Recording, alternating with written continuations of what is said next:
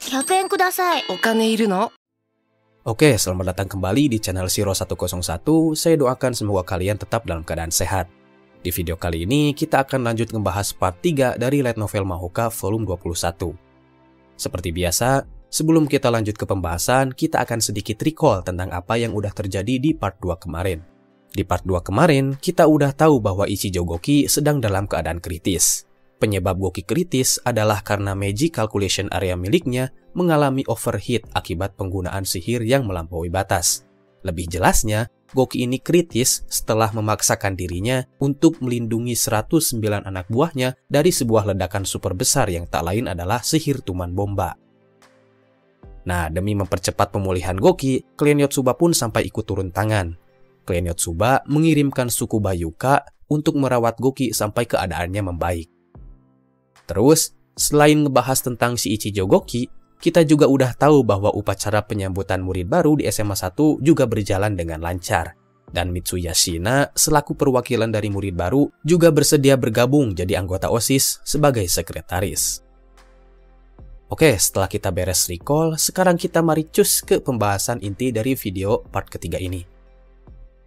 Sebagai pembuka cerita, pertama-tama kita akan menuju ke ruang OSIS terlebih dahulu. Nah, setelah upacara penyambutan murid baru di SMA 1 selesai, ruang OSIS diisi sama Miyuki, Minami, Izumi, dan juga Shina. Di ruang OSIS, Miyuki dan kawan-kawan ini sedang ngediskusiin tentang pekerjaan-pekerjaan yang akan dilakuin sama anggota OSIS. Ketika para anggota OSIS ini lagi ngobrol, Yaguru Masaburo yang tak lain adalah teman masa kecil Shina mencoba untuk menguping pembicaraan para anggota OSIS ini. Saburo ngegunain sebuah sihir kuno yang mampu mengumpulkan suara dari suatu lokasi. Jadi sihir Saburo ini bisa disebut sebagai sihir penyadap suara lah ya. Nah, Saburo ngaktifin sihir penyadap suara ini dari samping gedung olahraga yang letaknya emang agak jauh dari ruangan OSIS. Terus alasan kenapa si Saburo ini nekat nguping itu karena dia khawatir dengan keadaan Shina. Dia khawatir karena Shina ini sedang satu ruangan dengan Miyuki yang merupakan seorang penyihir dari klan Yotsuba. Jadi si Saburo ini masih menganggap klan Yotsuba sebagai klan yang berbahaya ya. Makanya jadi dia bertindak overprotective gitu ke Shina. Well, Saburo ini emang orangnya paranoid banget gitu. Nah sayangnya, ternyata Saburo gak bisa nguping pembicaraan dari para anggota OSIS. Karena ruangan OSIS itu dilengkapi dengan sistem keamanan yang mumpuni. Dan apesnya lagi, tindakan si Saburo ini malah diketahui sama Miyuki dan kawan-kawan yang saat itu sedang ada di ruang OSIS. Dan gak hanya sama Miyuki doang, Tatsuya sama Mikihiko yang saat itu lagi beres-beres di auditorium juga menyadari sihir yang diaktifin sama Saburo ini.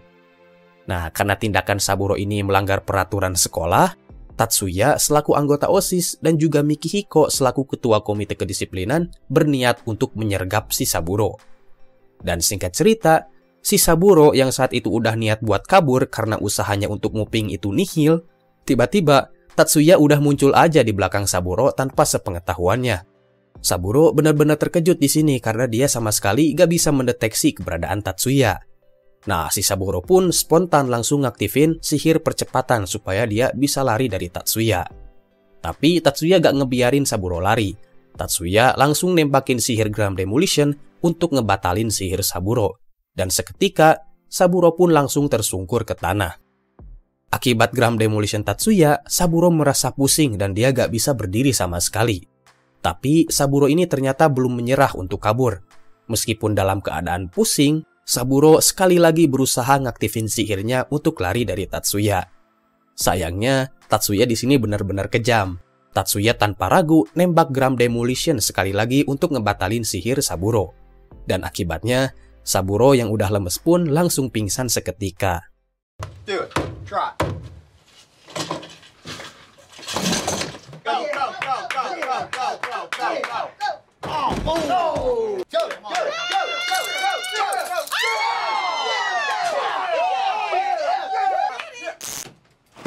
Dan singkat cerita, setelah Saburo jatuh pingsan, Saburo pun akhirnya diangkut sama Tatsuya ke ruang UKS untuk diberi perawatan. Nah, beruntungnya, meskipun Saburo udah ngelakuin pelanggaran, Saburo ternyata masih diberi ampunan sama Miyuki atas permintaan Shina. Jadi untuk pelanggarannya kali ini, Saburo gak bakalan dihukum. Saat Saburo mulai sadarkan diri, Shina ternyata udah duduk di samping tempat tidur Saburo. Shina duduk sambil nangis karena dia ngerasa seneng sekaligus sedih melihat keadaan Saburo. Shina kemudian marah-marah ke Saburo bahwa apa yang telah Saburo lakuin itu adalah suatu kesalahan meskipun itu demi kebaikan Shina. Saat ngelihat Shina nangis, Saburo pun benar-benar ngerasa bersalah di sini. Ya pokoknya di sini nih si Saburo tuh diceramahin abis-abisan dah sama Shina. Nah, semenjak kejadian ini, demi menjaga tingkah laku Saburo di sekolah, Shina mengangkat Saburo menjadi pengawal resminya. Jadi ke depannya, kalau misalkan Saburo berbuat pelanggaran lagi, nanti yang bakal dihukum oleh pihak OSIS itu bukan si Saburo, tapi Shina lah yang bakal dihukum sama OSIS karena Shina dianggap gak bisa menjaga tingkah laku pengawalnya dengan baik. Nah, kalau udah diginiin kan, pastinya si Saburo gak bakalan lagi ngelakuin pelanggaran, karena dia pastinya gak mau dong membuat Shina kerepotan, apalagi kalau sampai dihukum sama pihak OSIS, gara-gara tingkah lakunya. Well, seenggaknya usaha Saburo supaya diakui jadi pengawal resmi Shina pun akhirnya terbayarkan lah. Pada sore harinya, setelah sekolah selesai, Tatsuya pergi ke markas Batalion Sihir 101 di wilayah Kasumigaura untuk menemui Kazama. Sesampainya di markas, Tatsuya langsung dipandu oleh Fujibayashi Kyoko untuk menemui Kazama di ruangannya. Saya langsung sikat aja di sini. Inti pembicaraan Tatsuya dan Kazama di sini adalah Kazama ngasih tahu Tatsuya bahwa besok pagi, tepatnya pada tanggal 8 April tahun 2097, seluruh anggota Batalion Sihir 101 akan diberangkatkan ke Hokkaido demi mencegah terjadinya serangan dari Uni Soviet baru. Kazama dan juga Mayor Jenderal Saeki yang merupakan pendiri dari Batalion Sihir 101 yakin bahwa serangan yang terjadi di perairan Sado itu hanyalah sebuah pengalihan belaka. Pihak Jepang yakin bahwa Uni Soviet baru akan kembali melakukan serangan di wilayah Hokkaido. Nah, karena para anggota Batalion 101 ini semuanya pergi ke Hokkaido, Kazama ngingetin Tatsuya bahwa jikalau nantinya ada kejadian seperti serangan teroris, kayak di Yokohama dan lain sebagainya, Batalion 101 gak bakalan bisa ngasih bantuan ke Tatsuya. Tapi sebaliknya, kalau nantinya Batalion Sihir 101 yang saat itu sedang ada di Hokkaido memerlukan bantuan Tatsuya, Tatsuya harus pergi ke Hokkaido untuk membantu. Jadi terkesan sedikit egois ya.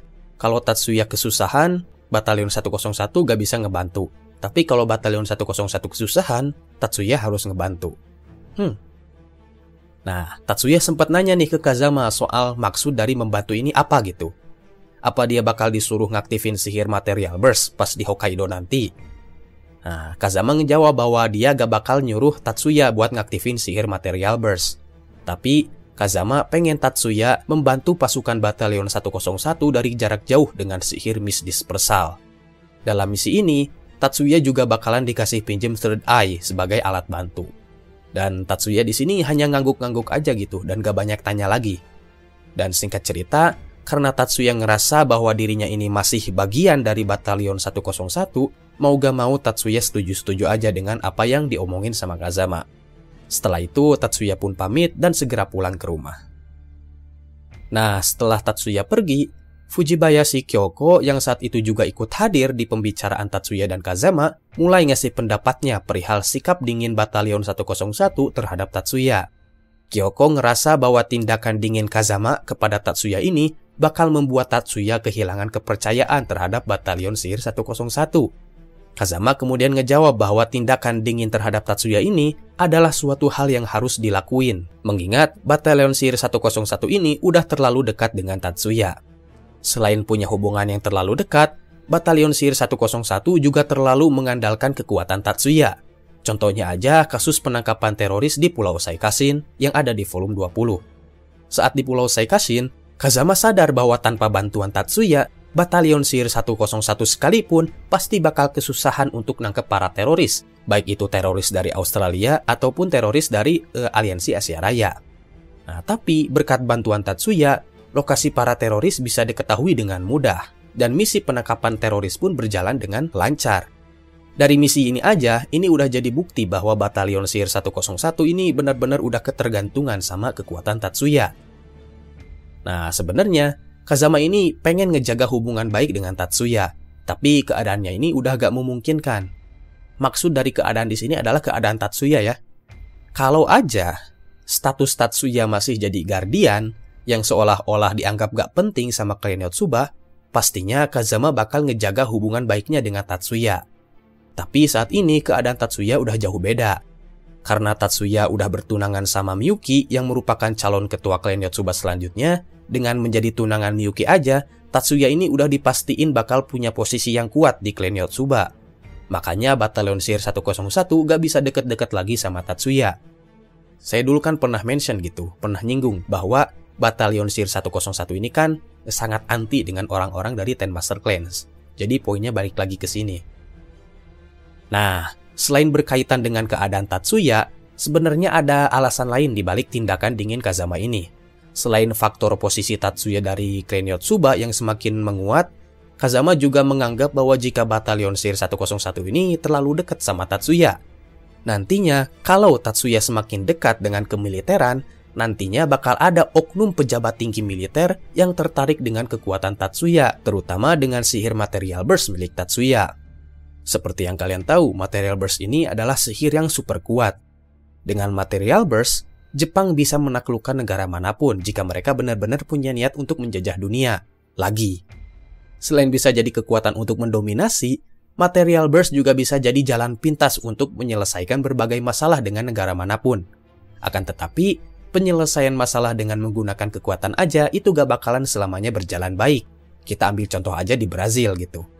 Setelah pihak kemiliteran Brazil membombardir para gerilyawan dengan sihir Synchronized Linear Fusion, perselisihan Brazil dengan pihak oposisi ini gak semata-mata selesai. Malahan, hubungan Brazil dengan pihak oposisi jadi semakin memburuk karena ulah dari tindakan militer Brazil yang semena-mena dalam menggunakan sihir tingkat strategis.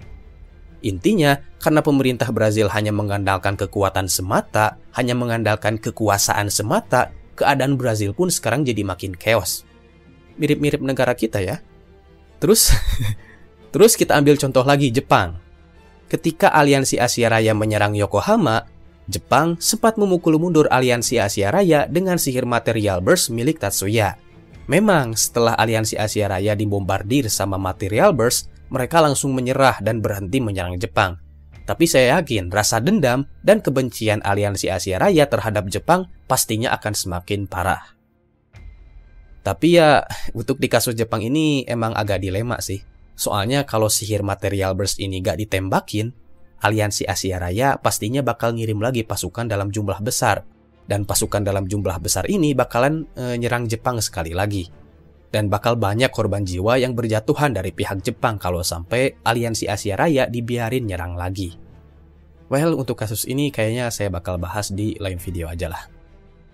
Nah, jadi apa yang saya omongin panjang lebar barusan, baik itu tentang posisi Tatsuya di klan Yotsuba maupun tentang Material Burst Tatsuya, semuanya itu menjadi alasan kenapa Kazama berusaha untuk menjauhi atau memperlebar jarak dengan Tatsuya.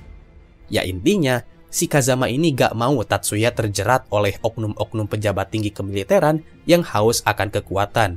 Makanya dia mutusin buat ngejauhin Tatsuya. Dan di saat yang bersamaan dengan pertemuan Tatsuya dan Kazama, Katsuto Jumonji juga ngadain pertemuan dengan Saengusa Tomokazu. Buat kalian yang lupa, Saengusa Tomokazu ini adalah anak sulung dari ketua klan Saengusa, yaitu Saengusa Koichi. Saengusa Tomokazu ini sempat tampil saat misi penangkapan Jeido Hego di arc Master Clans Conference. Nah, singkatnya, pertemuan antara Katsuto dengan Tomokazu ini ngebahas tentang gimana caranya memperbaiki image penyihir yang semakin lama semakin buruk di mata masyarakat. Dan mereka juga ngebahas tentang bagaimana caranya ngelawan segala propaganda-propaganda yang akhir-akhir ini selalu menyudutkan para penyihir. Tomokazu dan Katsuto sama sekali gak tahu cara mengatasi masalah besar ini. Dan mereka berdua juga sadar bahwa masalah sebesar ini gak bakalan bisa diatasi hanya dengan kekuatan satu atau dua klan saja. Nah, agar bisa mencari solusi terbaik, Tomokazu nyaranin agar para generasi milenial dari keluarga Numbers, baik itu dari Ten Master Clans, 18 Assistant Houses, maupun 100 Families, untuk berkumpul dalam sebuah pertemuan untuk saling bertukar pikiran. Dengan adanya perkumpulan antara milenial dari penyihir Numbers, Tomokazu berharap akan mendapatkan ide-ide yang lebih segar dan terbuka. Selain itu, pemikiran dari para penyihir-penyihir muda ini cenderung murni gitu, dan belum terpengaruhi oleh kepentingan-kepentingan pribadi dan tujuan-tujuan tertentu, kayak para tetua clan numbers yang rata-rata pemikirannya ini licik semua. Tapi Tomokazu juga menyarankan adanya pembatasan usia. Tomokazu menyarankan bahwa orang yang akan diundang pada pertemuan ini harus berada di bawah usia 30 tahun. Katsuto pun setuju dengan saran Tomokazu ini. Katsuto mengatakan bahwa dia akan mendukung penuh acara pertemuan para penyihir muda ini dan dia akan membantu dengan sekuat tenaga. Jadi nantinya bakal ada pertemuan ya antara para penyihir muda dari klan-klan numbers. Nih seru nih di sini. Keesokan harinya, setelah upacara pembukaan selesai digelar, kegiatan belajar mengajar di SMA 1 pun kembali berjalan. Seluruh kelas, baik itu Bloom, Weed, maupun kelas teknik sihir atau Megitech, sudah memulai berbagai kegiatan yang menyangkut pelajaran. Saat itu, di kelas teknik sihir, sedang diadakan sebuah kegiatan praktek pemrograman rangkaian sihir. Praktek yang akan dilakukan oleh para murid dari kelas teknik sihir ini adalah praktek untuk merubah sebongkah besi biasa menjadi sebuah besi berbentuk bola dengan menggunakan program-program sihir. Tentunya Tatsuya saat itu juga ikutan praktek.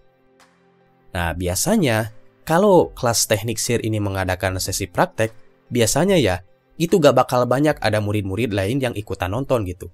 Biasanya sepi. Tapi tahun ini serasa beda. Tatsuya ngerasa heran karena ruang praktek tiba-tiba dipenuhi sama para murid, terutama para murid baru. Nah, saat giliran Tatsuya tiba, kerumunan murid ini makin ramai gitu, seolah-olah mereka datang hanya untuk nonton Tatsuya. Well, ini sebenarnya fenomena yang wajar ya, mengingat Tatsuya ini adalah sosok di balik terciptanya karya spektakuler Stellar Furnace. Berkat Stellar Furnace inilah, banyak murid-murid baru yang pada awalnya pengen masuk ke SMA 4, jadi lebih memilih untuk masuk ke SMA 1 berkat Tatsuya Effect. Dan perlu kalian tahu, SMA 4 ini adalah sekolah sihir yang berfokus terhadap pengembangan teknik dan program-program sihir. Jadi orang-orang yang masuk ke SMA 4 itu rata-rata punya tujuan buat jadi teknisi sihir. Tapi setelah melihat Tatsuya, mereka mengurungkan niat masuk ke SMA 4 dan malah pindah ke SMA 1. Sekali lagi karena Tatsuya Effect. Well, singkat cerita, kelas praktek pun selesai. Setelah selesai praktek, Tatsuya dipanggil oleh Jennifer Smith. Bagi kalian yang lupa lagi, Jennifer Smith ini adalah seorang guru dari SMA 1 yang mengurus kelas teknik sihir. Dan alasan si Jennifer ini manggil Tatsuya itu adalah untuk membahas tentang persiapan kompetisi tesis yang akan digelar pada bulan Oktober. Di sini Jennifer nanyain Tatsuya tentang tema apa yang bakal dia bawa ke kompetisi tesis. Tatsuya ngejawab bahwa dia masih belum mikirin tema apapun. Dan meskipun dia udah menciptakan karya spektakuler seperti Stellar Furnace, Tatsuya gak bakal pakai tema Stellar Furnace lagi di kompetisi tesis karena itu akan berbahaya. Nah, maksud berbahaya di sini bukan berarti proyek Stellar Furnace ini bakal membahayakan nyawa ya, bukan. Tapi maksud dari berbahaya di sini adalah kalau Tatsuya pakai Stellar Furnace sebagai tema utama, takutnya nanti ada orang-orang yang gak bertanggung jawab mencuri dan menjiplak hasil penelitian Tatsuya ini. Dan nantinya hak paten Stellar Furnace malah jadi milik orang lain, bukan Tatsuya. Jadi intinya, untuk masalah kompetisi tesis, Tatsuya masih belum mikirin apapun. Setelah pembicaraan dengan Jennifer selesai, Tatsuya pun langsung pamit undur diri dan dia langsung pergi ke ruang OSIS untuk beristirahat. Ketika Tatsuya masuk ke ruang OSIS, rupanya di sana masih gak ada siapa-siapa, dan yang ada di sana cuma ada Pixie doang. Pixie yang melihat kedatangan Tatsuya langsung sigap menyambut tuannya itu. Selain itu, Pixie juga langsung bikin kopi yang udah sesuai dengan selera Tatsuya. Dan beberapa saat kemudian, baru deh Miyuki, Minami, dan Izumi ikut nyusul masuk ke ruang OSIS. Oh iya, sementara Shina, dia datang agak terlambat ya, karena dia habis banyak ngobrol sama teman-teman sekelasnya. Oke, sekian dulu untuk video kali ini, dan sekarang kita akan masuk ke sesi Saweria. Yang pertama ada dari Isnain. Isnain ini rajin banget nih nyawernya. Makasih banyak bro. Dan sekarang ini dia nyawer 3 kali nih. Buat ngopi bang. By the way, gimana menurut lu bang tentang Mahoka Season 2 yang skip scene Tatsuya yang meringatin Erika? Apakah karena gak penting soalnya udah jadi rahasia umum bagi penonton? atau buat nyembunyiin verifikasi langsung dari Tatsuya kalau dia Yotsuba? Oke, pertama-tama terima kasih Gan buat sawerannya. Sebenarnya topik ini pengen saya buat konten sih, tapi ya bahas singkat aja lah di sini. Menurut saya, adegan Erika yang diperingatin Tatsuya itu bukannya gak penting sih. Malahan penting banget gitu menurut saya, karena adegan ini jadi salah satu pemicu dari berkembangnya karakter Erika. Terus kenapa diilangin? Nah, menurut saya pribadi, kayaknya staf anime Mahoka ini berusaha untuk menjaga agar informasi tentang klan Yotsuba ini tetap jadi rahasia di anime. Buktinya, adegan-adegan yang dipotong di season 2 kali ini aja, rata-rata semuanya itu menyangkut tentang klan Yotsuba. Contohnya aja, kayak adegan Tatsuya meringatin Erika, Maya nggunain Holy Sjalf, Aoki, pelayan Yotsuba ketemu Tatsuya di sekolah, terus ada juga adegan Maya ngasih misi nangkap parasite ke Kuroba Mitsugu, dan lain sebagainya. Nah, tujuannya apa dong makai nyembunyiin informasi tentang klan Yotsuba segala? Nah, intinya, menurut saya sih ini adalah marketing strategi. Ya, bayangin aja ya, anime Mahoka yang minim informasi tentang klan Yotsuba aja bisa lumayan menarik, apalagi novelnya gitu, yang ngejelasin secara detail tentang klan Yotsuba, kan gitu. Tapi ini sih cuma sekedar pendapat saya doang. Bisa benar, bisa salah. Nantilah saya cari-cari informasi tambahan. Siapa tahu ada tweet atau informasi dari author buat ngejelasin kasus pemotongan ini. Next ada dari Musa. Terus semangat Min uploadnya, from mantannya Miyuki. Duh, GWS bro. By the way, makasih banyak buat sawerannya. Next ada dari Juragan87. Buat beli gorengan bang, tetap semangat upload videonya. Oke, makasih banyak bro buat gorengan dan sawerannya. Selanjutnya ada dari Obi. Obi ini nyawer 2 kali nih, tapi dia pakai pesan yang sama.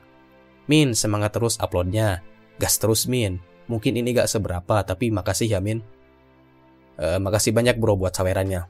Tapi jangan bilang gak seberapa lah.